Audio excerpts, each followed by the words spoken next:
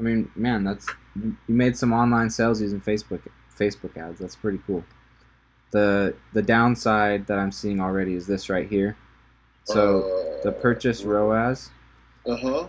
is it's ROAS stands for return on ad spend, and so Yeah. it's a number that's telling you basically how much you've made or how much you've lost. Not exactly, but so if it's below the number one, it means you're losing money, and if it's above the number one, it means you're making money. Yeah. So that's Yeah. the total return on ad spend based on.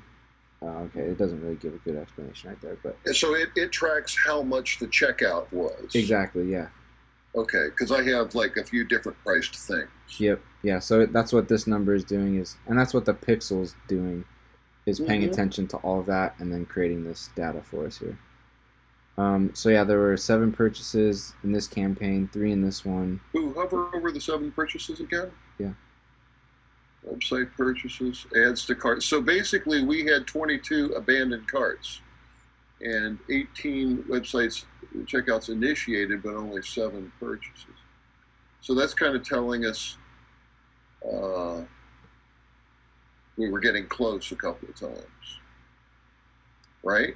Yeah, I mean that's a way to look at it for sure. Yeah, that's not like exact. Like if someone added to their cart, like it doesn't mean that the 29 people that added to their cart were close to purchase. Maybe they wanted to see shipping prices. But or the something people like who that. checkout initiated, they were a little closer than they Yeah. had to cart. Yep. Right?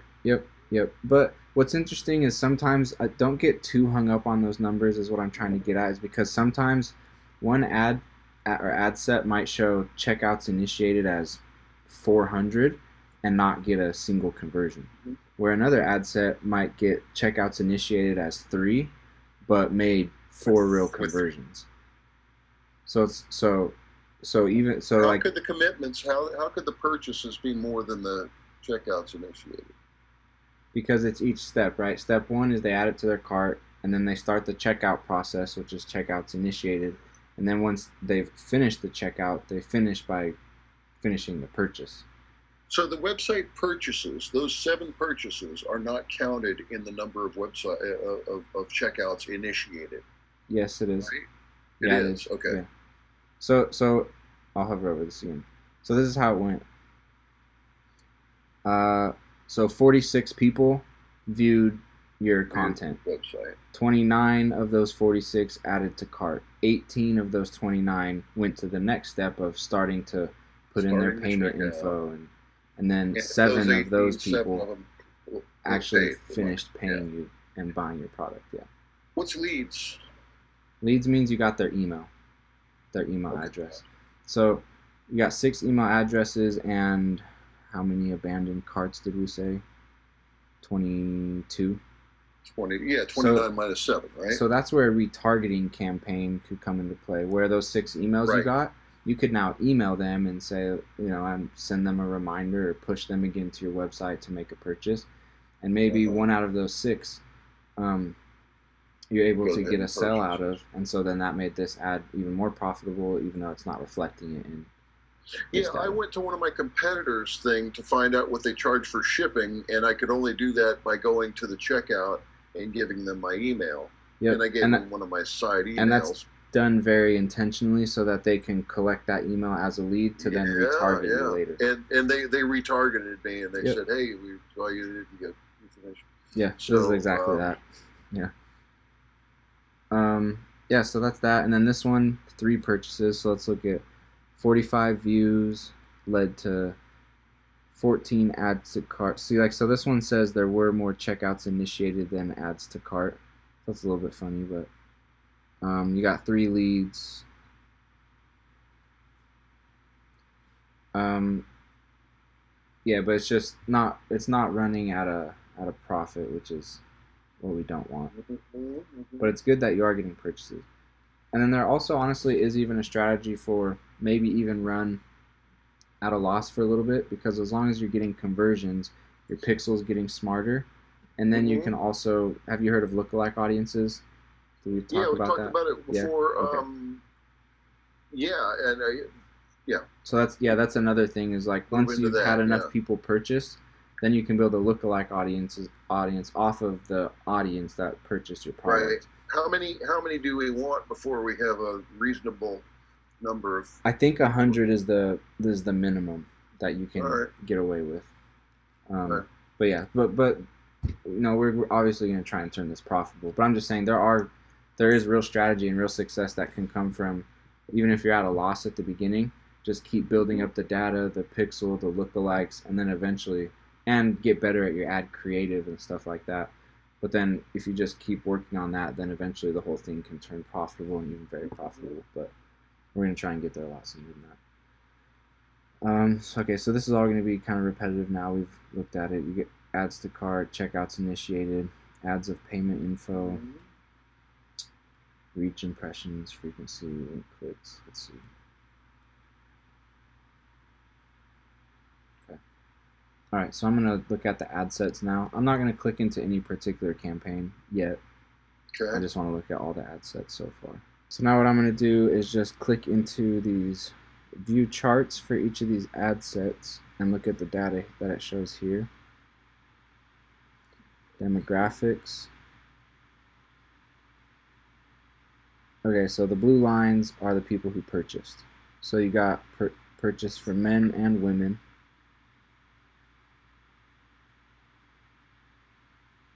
Wait, blue lines are purchases. Yeah, so right here, the 35 to 44-year-old women. Two So of them. 35 to 54-year-old women bought. Yep. Both those ranges bought. Yep. 40. We got a sell from 45 to 50. And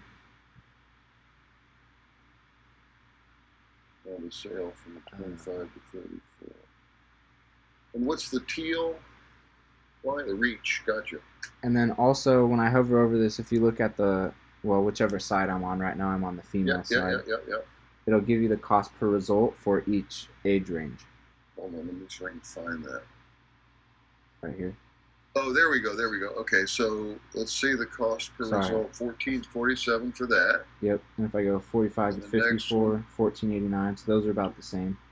Yeah. If I jump over to the male side, 45 to 54, $7. Same. Those are some men that need to make good with their wives right there. So they're buying the gift right there. And then right here, $4. Nothing's up with that. So what's interesting here is I'm looking on the wrong side. 408. Yeah. Gotcha. Yeah. So even though you got more purchases from women, we're working with a small number here. It's 7 total purchases. So that's the benefit of spending more money, is then you can come in here and really start to see things more clearly based off of 100 purchases instead of 7.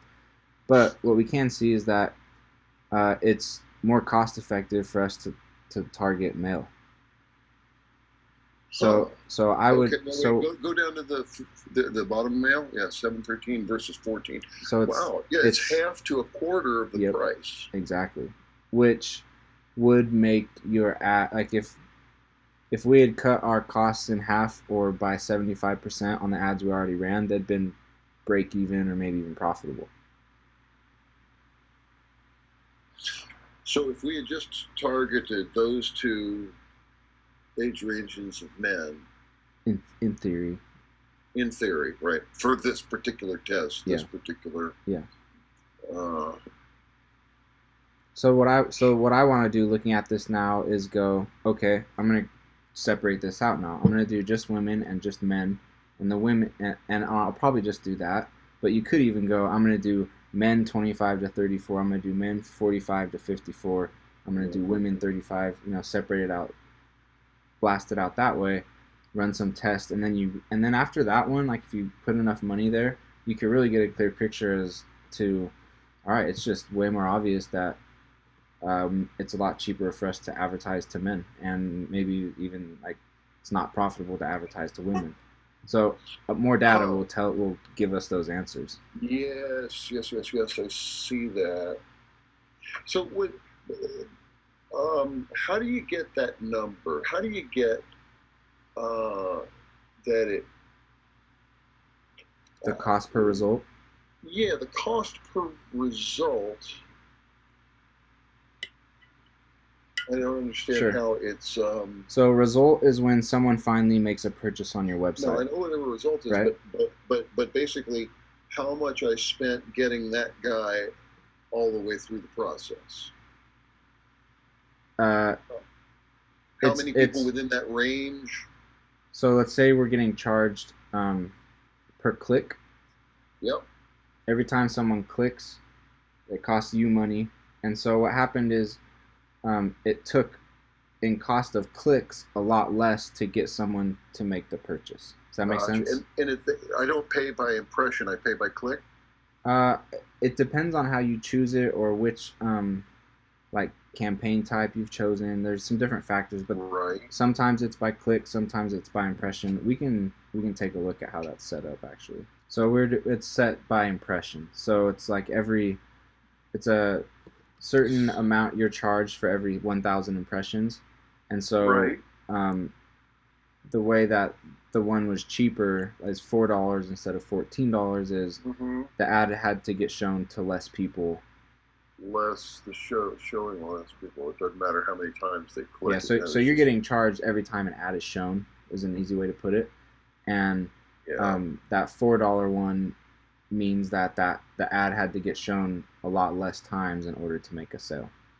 The $14 ones, you could look at it as that ad had to get shown a lot more times in order to make the sale. Okay, the next thing I wanted to look at in here is the placement tab Mm-hmm. to see which platform was more successful.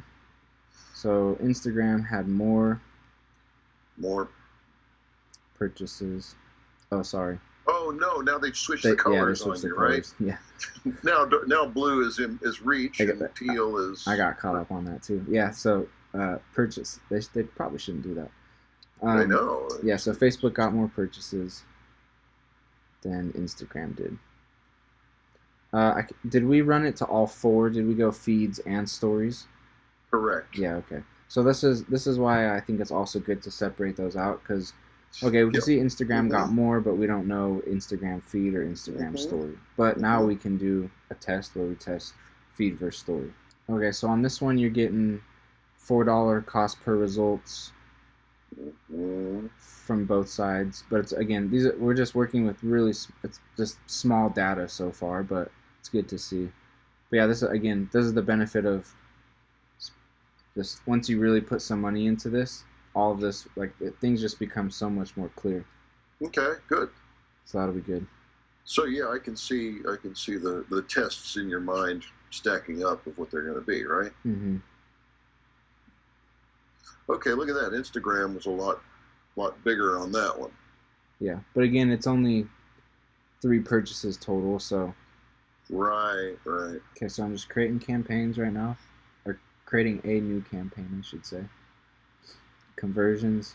This is where I clicked A/B test, which made it a campaign A/B test. That's what I didn't want. That's what I shouldn't have done. I should have waited for the A/B test at the ad set level, right? Yeah, unless you wanted to split test campaigns, but you were trying to split no, test but ad what sets. I was testing was the audience, not. So I'm just going to make sure this is set to purchase. So I'm going to jump back over here. I'm going to try and talk out loud as much as possible right here, but it's really easy for me to just kind of sink into my own thoughts. So if you need to just get me to speak up, then do it. All right, so I'm just going to come back here and look at these charts again. I want to look at the demographics. And I'm just going to try and get a real good idea of kind of like so far who seems to be the ideal person. So there's 25 to 34. 45 to 54 is at $7. Now I just click view charts on the other ad set, so it's gonna jump us in there now. So 35 to 44-year-old female, and we also had that same versus 440. Yep. Sure is. So yeah, men are definitely cheaper by a lot. So I'm gonna do I might just do those 3 different age range, but first I'm gonna start with I think 35 to 44. I'm gonna go 25 to 34 since we got that age range on both ad sets. Let's try that first. 35. And then are we going to A/B this against anything? Yeah, I will for sure. Every ad I run is always A/B. Yeah. Can you do A, B, C, D? I mean, Yeah, can yeah, you you do can multiple? go. Yeah, you can just go on and on. Yeah. Okay. All right. And we're going to stay in yoga. I'm thinking that through in my head right now. I think we probably. Yeah.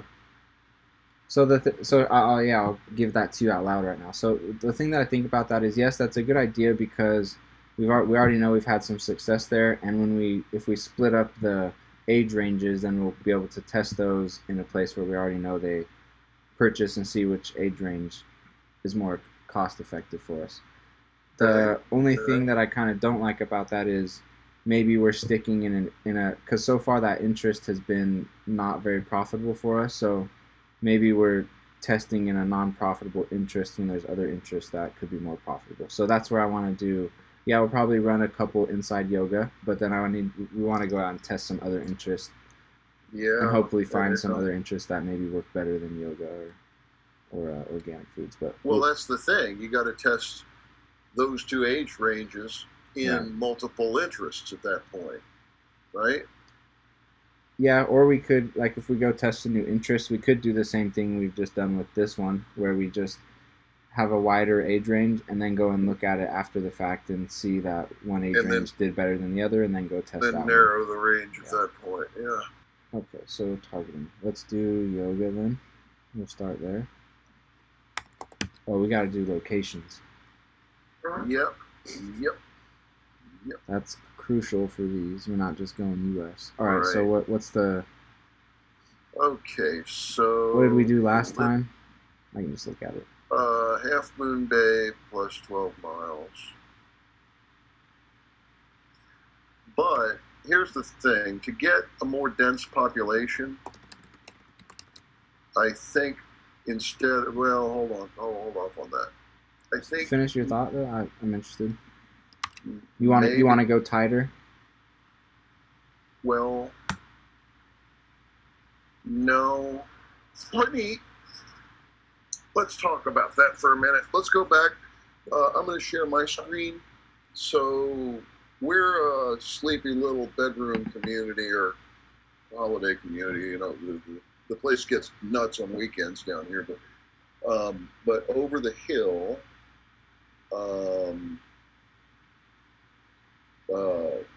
we've got all of Silicon Valley in here. So maybe if we put, say, Belmont and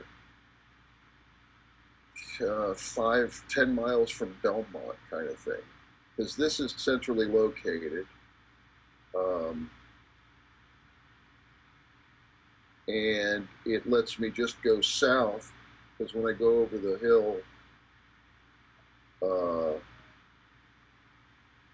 actually maybe Redwood City, 10 miles.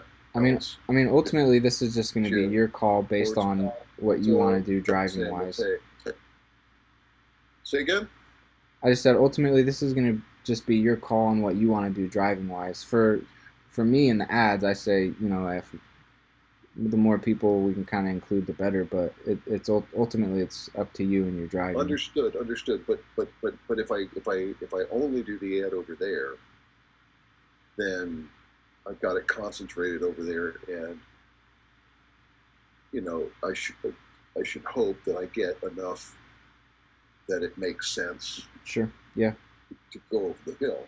Yeah. So let's go ahead and do that. Okay. But I would do that as a separate ad set, a different test. But we can. No. You just want. I want this one to be that. So we'll just not bother with Half Moon Bay. So that'll. Our previous. Yeah, that messes up us testing out the. I mean, that messes with the demographics that we're testing and like. So this. If you want to test a different area, unless you're just going to completely abandon this area, then yeah, let's not do Half Moon Bay. But if you're still going to do Half Moon Bay, then let's stay with. Okay. I thought maybe we would because it seems like the numbers just aren't there. But yeah, okay then. let's stay with this. Yeah, so I'd say let's stick with this, and then because really here you've made purchases, like you've made sales, so really now what you have to do in this area is just figure out your um, like your demographics really well, your age range, your gender, and then also just really figure out your interest.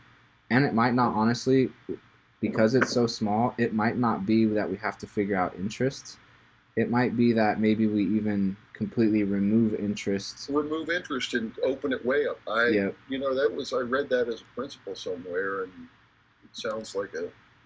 So yeah, so the main test I'm thinking through, and Why don't we make that a C, like a yeah. Yeah, so the main test that I'm thinking through, we'll try and blow through these here, but is I want to test the demographics, the age ranges, and the gender, because we're onto something there clearly. We're going to test Instagram, like just Instagram, I think maybe one Facebook, see how that goes. Okay. And then I think the other thing we can test is I want to do an open one where there's no interest. And then also we'll do one more where it's in that, what was the city, Redwood? Or Yeah, Redwood City. Redwood City, yeah. We'll do another one that's for that. So they're doing the media, gotcha. So now, I guess you just have to add one of the images that we already have up there. Yep. So what I'm actually going to do is copy one of your ads previously, because we already know they work, and because the variables I'm testing are the age ranges right now, and so if I created a whole new different ad, then that would mess that up. So I'm just gonna leave. I see. So, but another test we'll want to do is create new ads, new creative as well. Well, wait a minute. I thought you were copying an ad, because I had written out some stuff that looked pretty good, like local. This is what you did right here. This is yours. I'm looking at it right here. I'm copying it. Right. Okay. Gotcha. All right. I'm gonna send this one live then.